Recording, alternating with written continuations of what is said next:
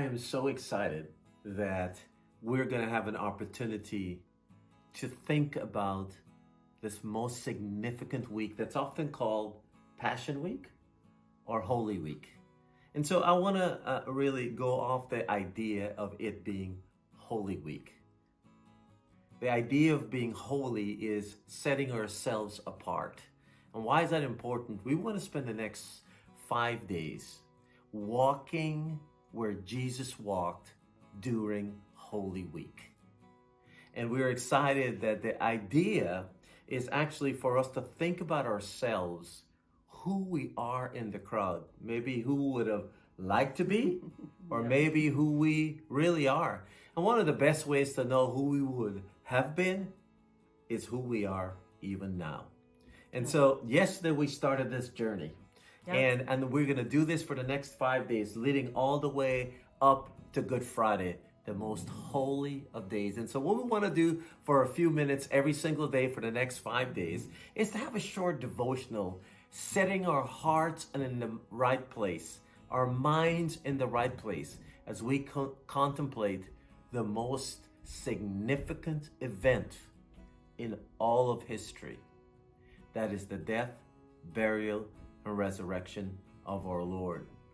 Yes. While Rome was thinking about going from a republic to an empire and the commotion that they were dealing with in regard to that, beside that, we find out that indeed that was not the most significant thing that was happening in this world, but rather it was the crucifixion of our Lord. So we began yesterday when Jesus entered into Jerusalem. Yep. And we studied that. What do you think about what we talked about yesterday? Well, we looked at Matthew 21 when Jesus, termed the Triumphal Entry. And this was the King of Kings entering into Jerusalem, not on a horse, not on a chariot, but on a donkey. And as he enters Jerusalem and people hear about him, some throw their clothes on the ground and some throw tree branches and, all in this effort to honor and praise the King of Glory.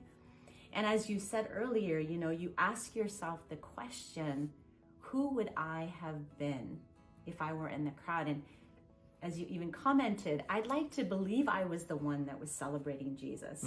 I'd really like to believe that. Me too. That's who I am. But when I look at my life and I look at how I live every day, I have to admit that's not always who I am. I'm not always celebrating the Lord the way that he needed to. This king who didn't come with a crown of gold or jewels, but came with a crown of thorns. This king who was the king of all kings, who subjected himself to the rulers of the day for us. And how we, in this week of Holy Week, have this opportunity to set apart our hearts, our time, our energies, our talents to honor God. And so I'm excited about this week, just to really intentionally set myself apart for God as we journey with Jesus. So what are we going to talk about today? What's our focus? What are we going to look at today? Well, we're going to look at the one whose throne was not a polished, beautiful, and shrine throne, but whose throne was actually the cross.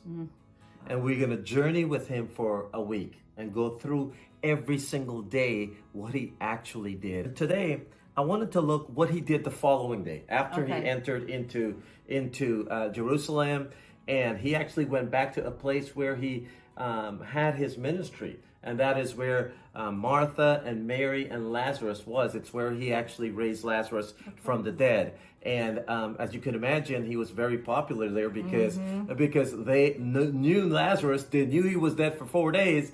And a lot of people came here. And so what happened was that everybody were coming into Jerusalem to celebrate Passover. And so it was an opportune time as Passover was being celebrated, that ultimately when Jesus was crucified was at the time of this significant Passover. So the next day we pick it up, and if you can read that please, in verses 12 all the way there to verse 18, that would be great. Sure. The next day, as they were leaving Bethany, Jesus was hungry. Seeing in the distance a fig tree in leaf, he went to find out if it had any fruit. When he reached it, he found nothing but leaves, because it was not the season for figs. Then he said to the tree, "May no one ever eat fruit from you again." And his disciples heard him say it. On reaching Jerusalem, Jesus entered the temple courts and began driving out those who were buying and selling there. He overturned the tables of the money changers and the benches of those selling doves, and would not allow anyone to carry merchandise through the temple courts. And as he taught them, he said, "Is it not written, 'My house will be called a house of prayer for all nations'? But you have made it a den of robbers." The chief priests and the teachers of the law heard this and began looking for a way to kill him, for they feared him, because the whole crowd was amazed at his teaching. You know, when we looked at when Jesus entered into Jerusalem, when the king entered, I wished I was not just someone who was curious about that day and just wanted to see what the commotion was. On this second day, as we think about what is going on, as I see myself in this crowd, and one of the things we need to think about is that the things that are written and recorded for us to read wasn't just done because there was just an empty page that needed to be filled, but rather there's a purpose. And the purpose that I believe that was being communicated to us here is Jesus, as he was about to fulfill the mission to which he came here on earth, was making a pronouncement on the dead religion that we can oftentimes be a part of. Rich symbolism there. And I know growing up for many years of my life, I was so steeped into a religious and disposition towards God. And a lot of times I did things because I thought it was the right thing to do, and it was deeply religious, but being cognizant of what Christ has done for me was not part of my thinking, my everyday thinking. And maybe, God was saying to me, you need to put aside your religion and start with a relationship. That's good. What about the second part? When it talked about this clearing of the temple that Jesus did right after he entered into Jerusalem. What do you think about that? Yeah, as we're reading this, we know in other passages, the disciples are reminded that, Jesus said, "Zeal for your house consumes me." And I think, when I think of him clearing the temple courts, I think of myself as the temple and how I have to clear out all those things that sort of clutter my life and detract me from my worship of God, right? Because there are so many things that can crowd and really distract me and detract me from what's most important and what is the most important thing. And this week is actually just a great opportunity to be reminded of that and to do that. So how easy it is to get caught up even after you surrendered your life to Christ, even to get involved in religiosity again. Jesus was upset that his Father's house had become a marketplace. I wonder if Jesus were to come and visit religion, Christianity today, and he sees that it's a networking opportunity, that it's a place for some people even to get rich. Social club. Maybe even a social club.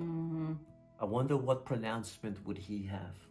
It's a great question. And so, as we contemplate, it's an opportunity not only as individually for us to be able to clear the distractions from our life, to have a pronouncement on dead religion, but for us to recalibrate our lives and to say, this Easter is going to be an Easter where I once again realign my heart, my thoughts with that of the Christ.